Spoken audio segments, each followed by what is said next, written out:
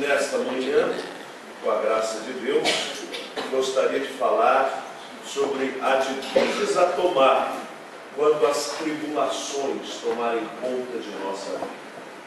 Aliás, quem de nós não atravessa tribulações? Quem de nós não tem problemas? Às vezes vivemos uma calmaria, outras vivemos uma grande tormenta. Dias atrás a Europa estava coberta de fumaça. Fumaça de um vulcão. O vulcão está lá na Islândia e a sua fumaça ocupa todo o espaço aéreo da Europa. E parece-me que é um outro vulcão muito maior do que este, na iminência de explodir.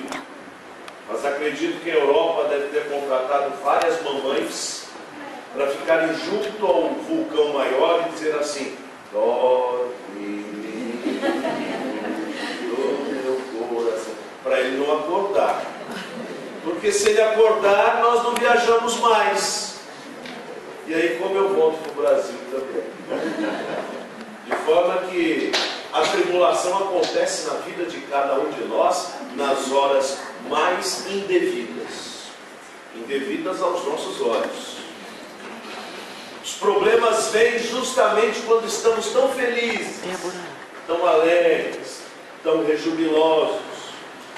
E que tipo de problemas sobrevêm em nossa vida? De toda espécie. De toda espécie. Às vezes são problemas de enfermidade. As doenças que não avisam, elas vêm para o idoso, mas vêm também para o jovem. Vêm para as crianças, vêm para as mulheres, mas vêm para os homens também.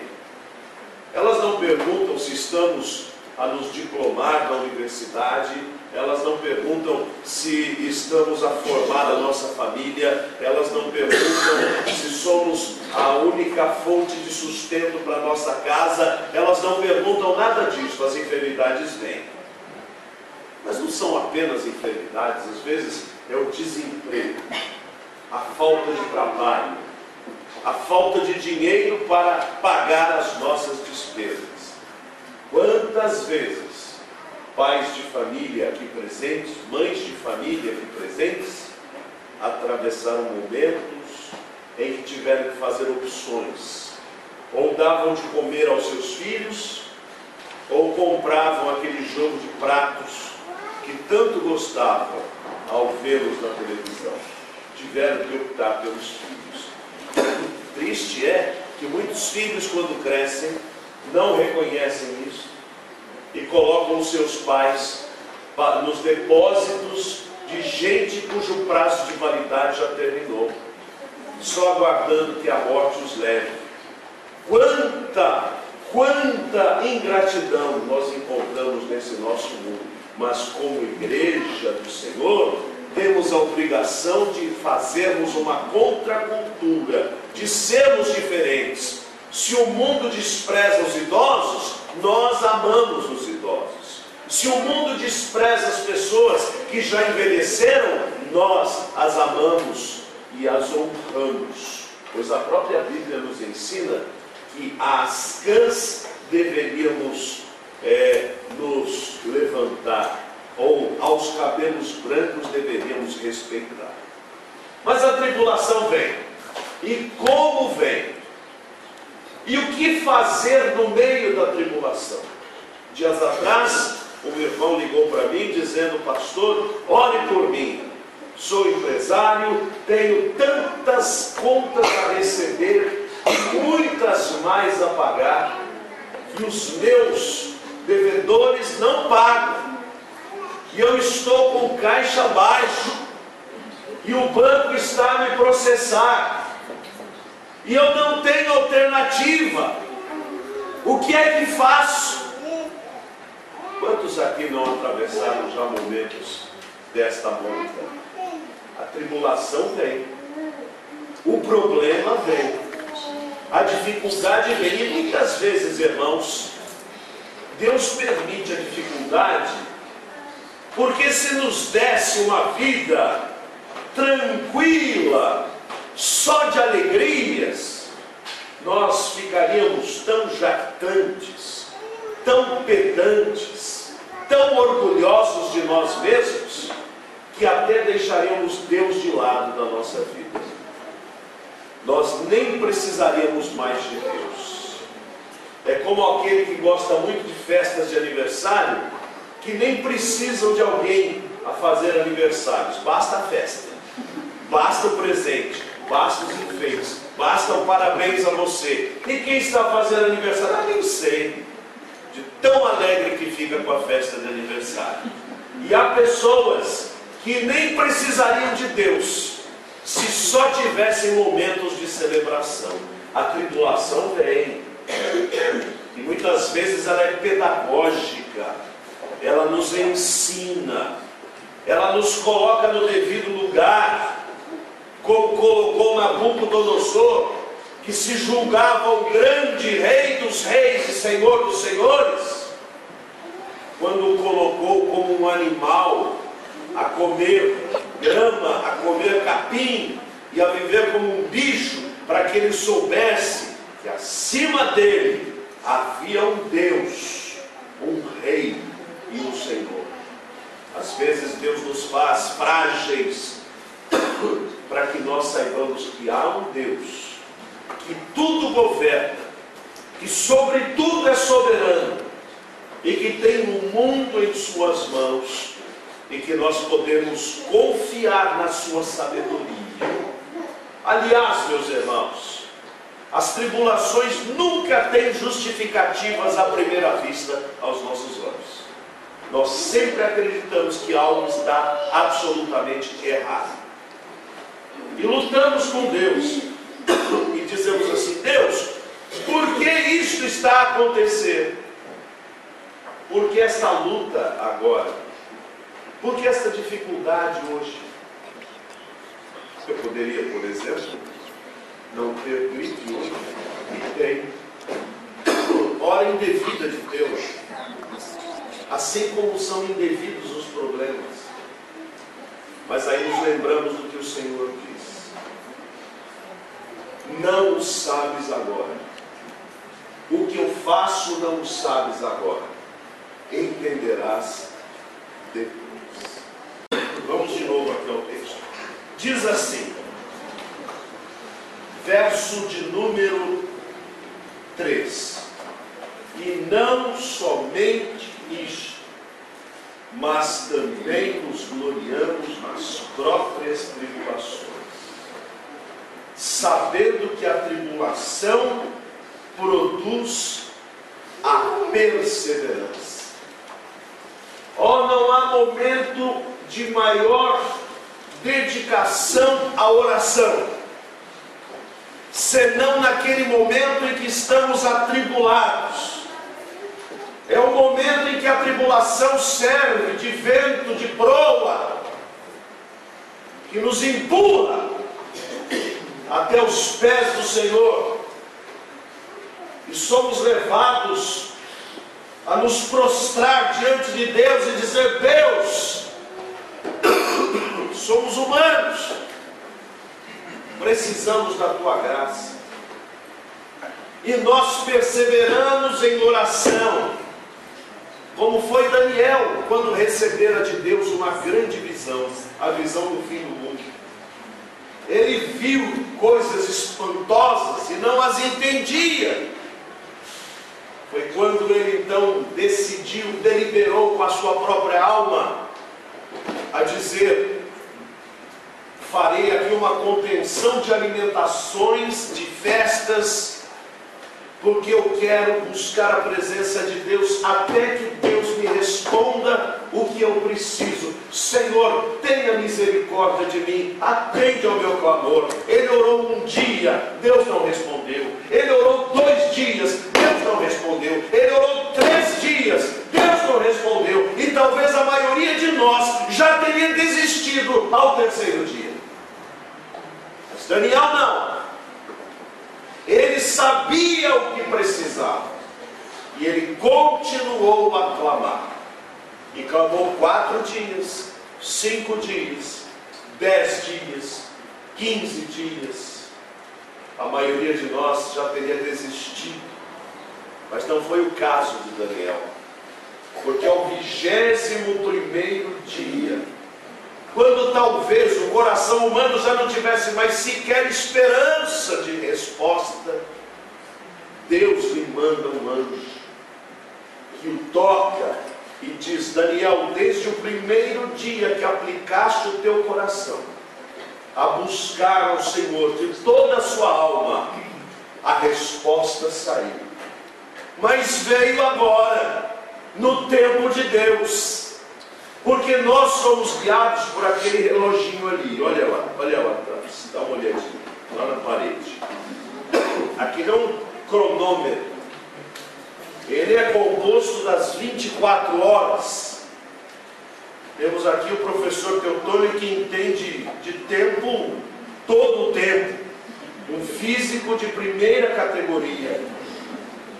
Mas há um outro relógio, que é o relógio Kairos, do tempo de Deus, quando Pedro sabe caracterizá-lo de uma forma tão brilhante, quando diz: para Deus um dia é como 1000 anos, e 1000 anos é como um dia. Esses voos que nós fazemos daqui para lá e etc., muitas vezes são obrigados a adiantar um pouco, a atrasar outro pouco, para que as ligações, as conexões deem certo. Porque paramos aqui, pegamos outro, vamos para lá, paramos lá, vamos para o outro, e eles têm que se cronometrar para que dê certo. No tempo de Deus, se Deus fosse responder às nossas orações na hora em que as pedíssemos, ou no momento em que julgássemos o melhor, desequilibraria todo o propósito que Ele tem para a nossa vida, para o futuro. Porque Deus retém aquilo que nós lhe pedimos até o tempo em que seja o mais adequado, o momento mais especial. Se eu te atender agora, não encontrarás ela ou ele. Se eu te atender agora, não passarás por isto ou por aquilo. Aguarde. É como diz o Salmo 40, verso 1. Esperei com paciência no Senhor, e Ele se inclinou para mim e me ouviu quando clamei por socorro. Há um Deus sobre tudo, e que sabe que passamos por tribulação, mas quando estamos atribulados, aprendemos a perseverar no Senhor. Não há outra escola, não há outro seminário, não há outra universidade onde aprendamos o que é perseverar, senão a tribulação. Por isso que diz a palavra de Deus: em tudo dai graças, em tudo sejam agradecidos. Jesus chega a dizer que nem um fio de cabelo cai de nossa cabeça sem que Deus tenha um propósito. Por isso, irmãos carecas, levantem a mão para o céu e bendigam a Deus pela lisura de suas cabeças. Porque cada fio de cabelo teve um propósito, e cada um que não está aí também tem um propósito. As mulheres raramente têm essa dificuldade, mas até por ser careca damos graças, ou por ter cabelos brancos também, né? Diz o texto ainda: a tribulação produz a perseverança, mas a perseverança produz a experiência. Ah, meus irmãos, aproveitando para usar de experiências pessoais, como disse o pastor Marcos, estou para me casar, graças a Deus, e quero ouvir o ó dos irmãos. Estou para me casar. Obrigado. E aí vou até aproveitar este momento para pedir para os irmãos um momento especial. Ergam os braços, por favor. Ergam o braço.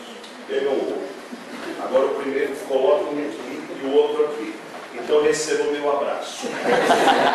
Obrigado pelo ó. Na minha idade, que não é tanta, mas também não é pouca, 44 anos, estou ali no topo do vai e volta. A maioria dos meus contemporâneos já está a criar os seus filhos adolescentes. Seus filhos já estão com 15, 18, 20 anos. Ou alguns que começaram mais tarde, estão com os filhos com 8, 10, 12 anos. E eu não estou com filho algum, graças a Deus, porque não era casado. E ao mesmo tempo, graças a Deus, porque agora tenho a esperança de constituir uma família segundo a vontade de Deus. Entretanto, eu hoje conto com uma experiência de não ter recebido a bênção no tempo que eu queria, e por ter chorado por quem talvez nem deveria. E quando vejo alguém em lágrimas, com o coração quebrado, eu posso ir até esta pessoa com o meu lenço e dizer a esta pessoa: eu sei o que passas, e eu sei que dói, mas também sei que isto vai passar. Sei que parece que o mundo desaba sobre a nossa cabeça quando um relacionamento não dá certo. Eu sei disto.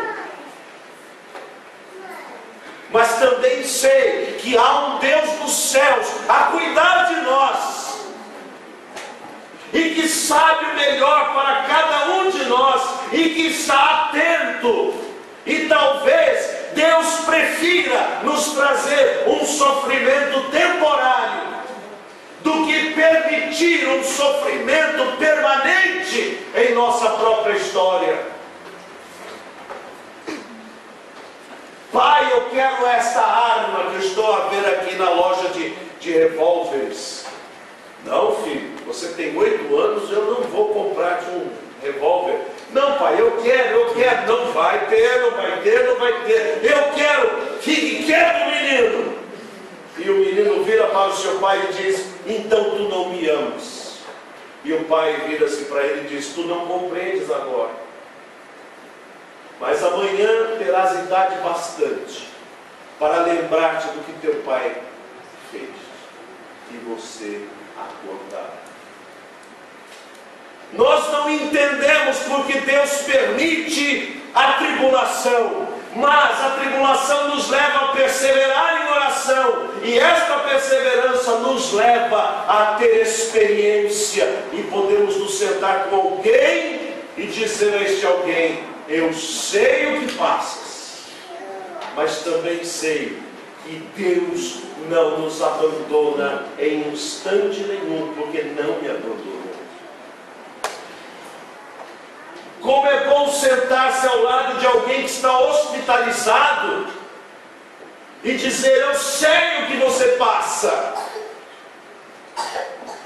eu sei que dói, mas também sei que o Senhor afofa a cama, afofa o travesseiro, numa expressão bíblica que quer dizer aplaca a dor da tribulação do hospital, torna mais confortável o momento da dificuldade.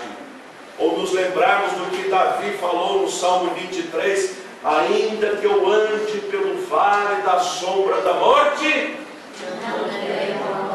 porque tu estás comigo. Aquele empresário que ligou para mim e disse: ore por mim, pastor, porque as contas estão a estourar, o banco está a me processar, eu não sei o que vou fazer. E eu disse a ele: isso é a primeira vez que acontece ou já aconteceu? Ele disse: já aconteceu. Eu disse: interessante. E o que você fez das outras vezes? Eu orei. E funcionou? Funcionou. Ora, já era a idade para você ter experiência de que, assim como funcionou no passado, há de funcionar agora. Ele disse: é mesmo. 5 dias depois, eu liguei para ele. Eu disse: como estão as coisas? Pastor, que tem tudo, estou sem dinheiro no bolso, mas todos que deviam pagaram. Eu agora estou liso, mas estou feliz.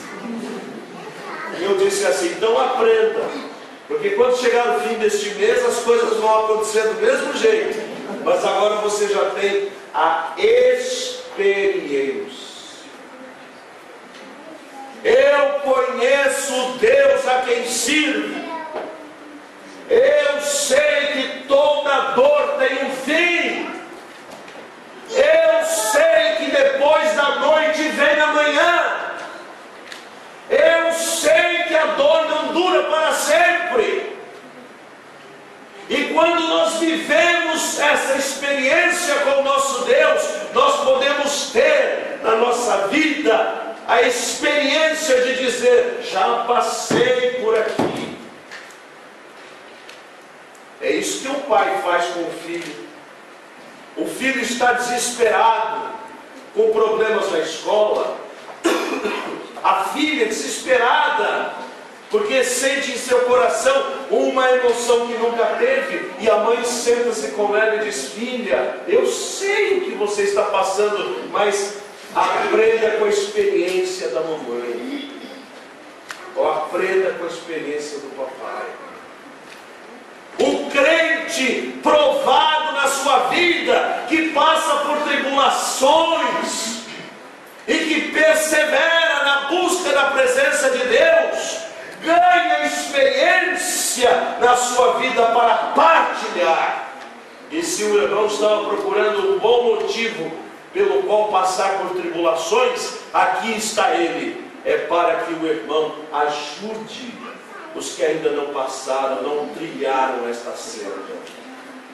Que estamos aqui para servir. E até a nossa experiência pode servir ou de alerta ou de fortalecimento para os demais. E como serve? Eu sei do Deus que tenho. Pode o irmão dizer isto no seu coração? Eu sei o Deus que tenho. Agora, a experiência traz para nós um senso de paz tão grande, que nós, ao enfrentarmos a dificuldade, ao enfrentarmos o problema, ganhamos uma outra coisa que diz o texto aqui: a experiência produz a esperança. O crente é alguém que está embriagado de esperança. Ele vive a esperança. Ele vive a esperança de uma libertação. Ele vive a esperança de que a provação terminará. E se não terminar, ele vive a esperança da vida eterna e da completa e total redenção. Esperança tão forte que transformou-se em certeza. Deixou de ser esperança para viver certeza.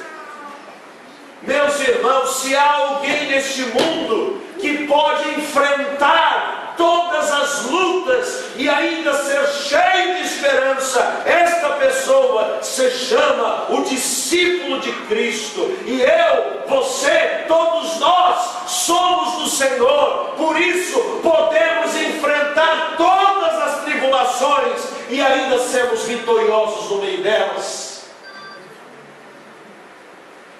Não importa a cor, não importa o tamanho, não importa a duração, não importa nada. O nosso Deus é o Deus que nos acompanha em cada tribulação. Disse o Senhor Jesus: no mundo tereis tribulações, mas tende bom ânimo, eu venci o mundo.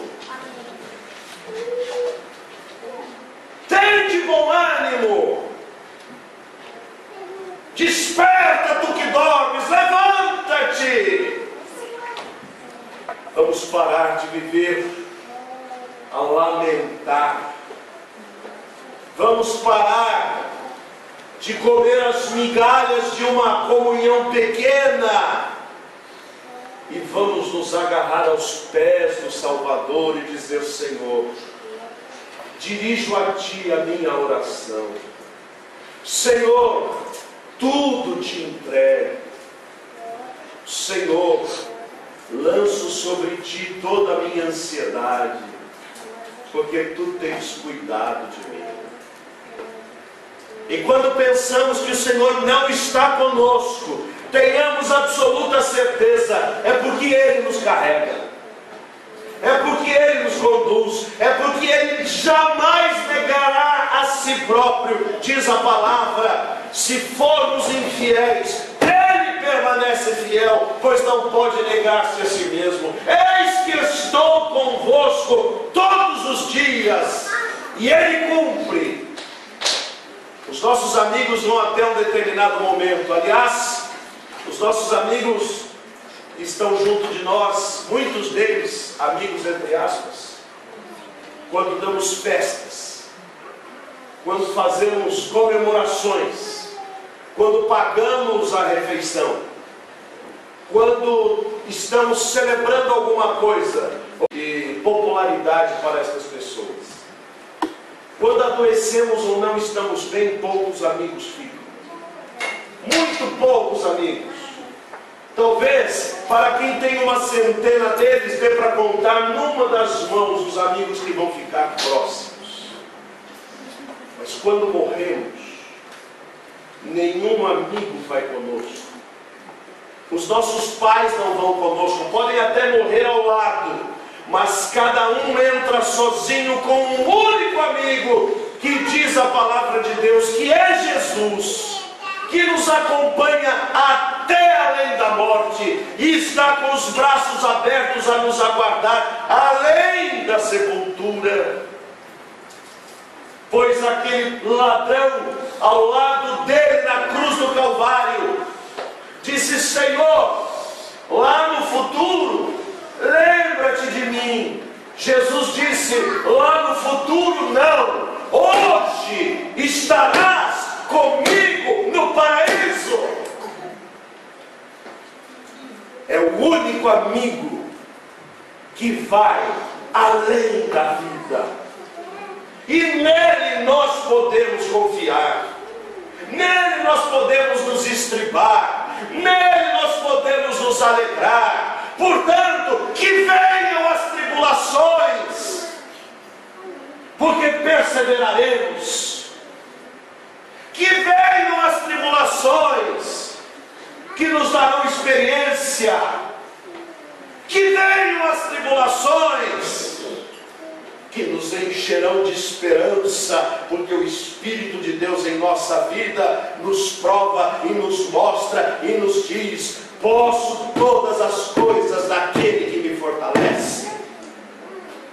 Posso ter muito ou ter pouco, posso passar fome ou estar com a barriga cheia, posso passar frio ou posso passar calor, tudo posso naquele que me fortalece. Uma igreja edificada nesta verdade só tem a vencer, porque não é uma igreja que se avalia por números, não é uma igreja que se avalia por euros, não é uma igreja que se avalia por fama, é uma igreja que é avaliada por Cristo, por fidelidade. Ser fiel até a morte, e eu te darei. E eu te darei. Que Deus nos abençoe. Amém.